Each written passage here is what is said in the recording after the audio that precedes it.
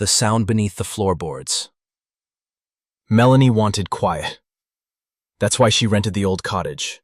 Perched alone at the edge of a forgotten forest in Vermont, it was the kind of place no one went during winter. A 2-story timber home, gray with age, its windows always looking like they were about to cry. The ad said, "Perfect for writing." And Melanie, with her unfinished manuscript and a heart full of noise, thought it was perfect too. She arrived just before the first snowfall. The air was crisp, the silence complete.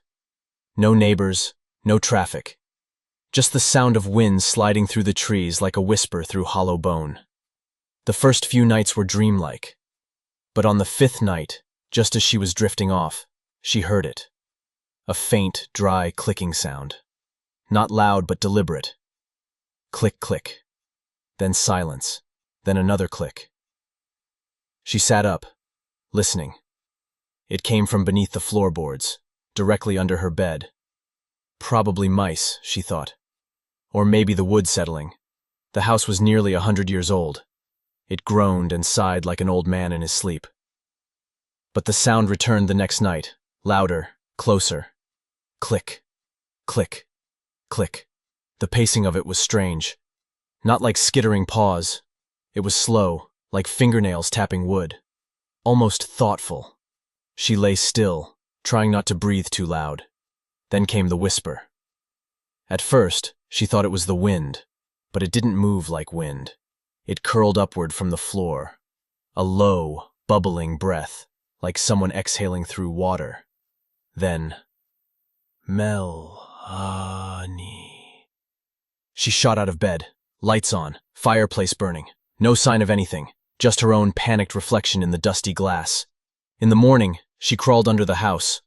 The crawl space was dry, empty, dead, silent. No animals, no pipes, no reason. She told herself it was stress. She hadn't been sleeping well. Maybe she needed a break. But that night, the clicking returned. It traveled now, from beneath the bed, to the far corner of the room. Then to the wall. Then the ceiling. And then came the song. A soft, broken humming. It was a lullaby. Familiar. So familiar it made her skin crawl. Her mother used to sing it. When Melanie was small, before the fire, before the summer home, the one that had burned down, the one where her mother died, before everything became smoke and screaming and silence. She hadn't remembered it in years. Not clearly. Just shadows of it. And yet, here it was, humming to her through the floorboards. She ran to her laptop. Maybe she could write it down, make sense of it, but the screen was on already. A new document. She hadn't opened anything. But line after line after line. I remember you.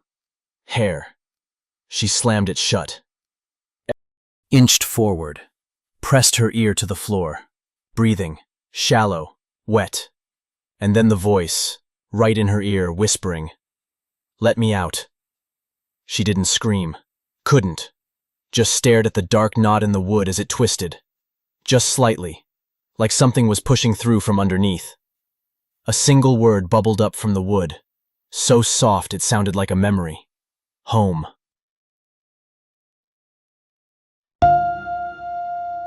Melanie didn't sleep that night. She sat curled in the armchair by the fireplace, wrapped in every blanket she could find. Her flashlight lay across her lap, pointed toward the bedroom door, which she'd shut, bolted, and wedged with a chair. Still, the sounds didn't stop. The clicking returned, now heavier, dragging. Like something was crawling across the wood, dragging its body inch by inch.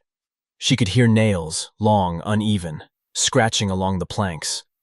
Every so often it would stop, breathe, then click again. And beneath it all, that lullaby, soft, broken, full of things she didn't want to remember. By morning, everything was still. No footprints, no scratches, no broken floorboards. Only silence and frost clinging to the windows. She dared not open the bedroom door. Instead, she packed. She shoved her laptop, notebooks, clothes, and car keys into a duffel. She didn't even stop to grab her coat. Snow had fallen heavily overnight, but the road was still passable. She tried the engine. It groaned, coughed, then died. She tried again. Nothing. The dashboard lights blinked for a second, flickered, and went dark. From the edge of the forest, she thought she saw something move. She went back inside. The temperature had dropped. Her breath puffed out in little clouds. She kept the fire going, tried to call for help. No signal. The house hummed with quiet. All day she sat on the edge of her seat, waiting, listening, watching the hallway, the stairs, the ceiling. When night fell, the power went out, the fire sputtered, and then the singing started again. Not in the floor this time. Upstairs. That was the attic. A place she hadn't dared open. But the song floated down the stairs like it was being carried by something small and wrong. She tried to leave the house. The front door was stuck, not locked, not frozen, just held, like something on the other side was leaning against it. She turned. The song had stopped. Now there were footsteps. Slow, measured, coming down the attic stairs. She backed into the kitchen, grabbed the iron poker from beside the stove. Her hands trembled, mouth dry. Up. The door to the attic creaked. Then, silence. She forced herself to move, to look. The stairs were empty. But on the bottom step was a doll. Old, moldy, its mouth sewn shut with black thread. One glass eye missing, the other cracked. She recognized it. A toy she had when she was little, one she thought had burned in the fire. Pinned to its chest was a piece of paper. Code scorched, torn. You left me. Something moved in the corner of her eye. A shadow at the far end of the hall. Not walking, gliding. Its limbs bent wrong. Its head tilted. It didn't speak. It just reached one long finger to the floor and began to click. The floor was cold beneath her feet, then warm. Then, breathing. The boards beneath her shifted, then split. Two long fingers, gray and blistered, poked through the cracks. Then a second voice. Not the same. This one was smaller, softer. "Mommy?"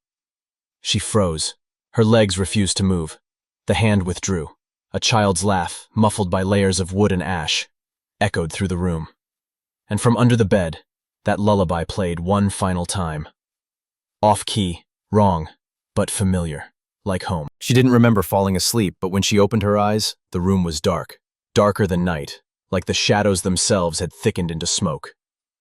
The fire had died. The house was silent. The dresser still stood against the door, but the bed was gone. Only an empty space remained where it had been. A hole in the floor, black and yawning. She didn't remember it collapsing, didn't hear anything, but now, there it was, open like a mouth. Something had crawled out, or maybe something was still inside. Melanie couldn't look away. Then, just beyond the edge of the hole, footprints. Small, bare, like a child's, leading away across the dusty wooden floor and into the hallway, where they vanished. She followed, slowly. The hallway stretched farther than she remembered. The doors looked unfamiliar now, warped, taller, older. The wallpaper was peeling, but not from time, from underneath, as though something was pressing from within. At the end of the hall stood a door she'd never seen before. Old, iron-handled, faintly pulsing like it was breathing. She reached for it. Behind her, a floorboard groaned. She turned. Nothing. But when she faced the door again, it was open. Inside, the attic. Two, but not the one from before. This attic was wrong. The ceiling stretched too high, vanishing into a blackness that flickered like candlelight. Toys sat in circles on the floor, broken dolls, twisted stuffed animals, small wooden horses with cracked paint. In the center of the attic was a child. Two sitting cross-legged. Face turned away, hair matted, skin pale as old paper. Melanie took a step in. The child didn't move. Another step, still motionless. Then, the singing began again. But this time, Melanie knew the voice. It was her own. Sing, The lullaby. 2. From the child's mouth. Melanie, the child whispered, still not turning. You left me in the fire. Melanie's chest tightened. Her lungs forgot how to breathe. I tried to wake you, the voice continued, but you were already gone. No, Melanie whispered. That's not true.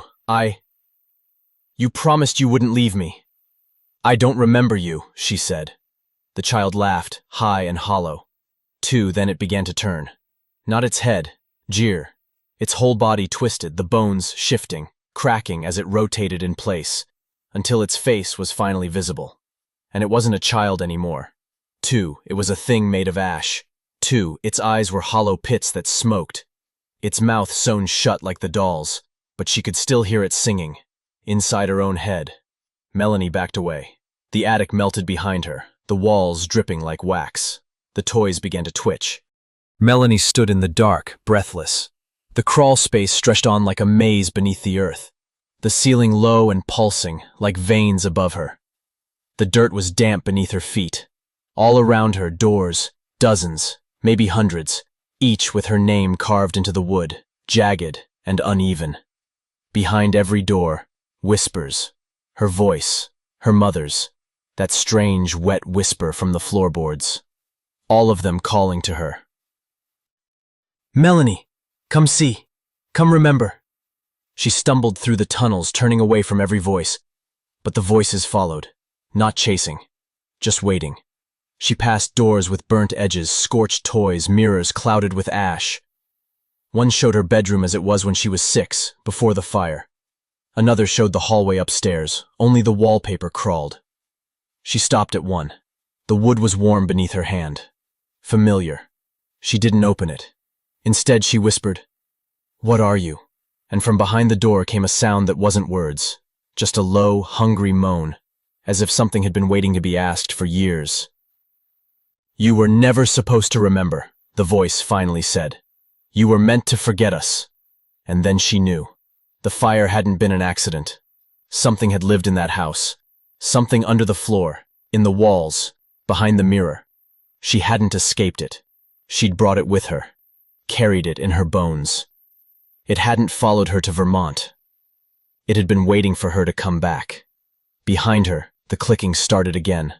Not one sound now, but many, all around her. The doors began to open, one by one. And from them crawled the forgotten things. Shadows with faces like people she once loved, voices like lullabies twisted by smoke. She ran. The crawl space folded around her, doors slamming shut, the whispers rising to a wailing chorus. Remember us! You promised! Let us out! The dirt beneath her began to crack. Light shone through, pale moonlight, like a cold eye above the world. She scrambled upward, through the cracks, through roots and broken beams. She pulled herself out of the hole. She was in the forest behind the house, alone. The cottage was quiet, dark, still. No whispers. No clicking. Only the wind.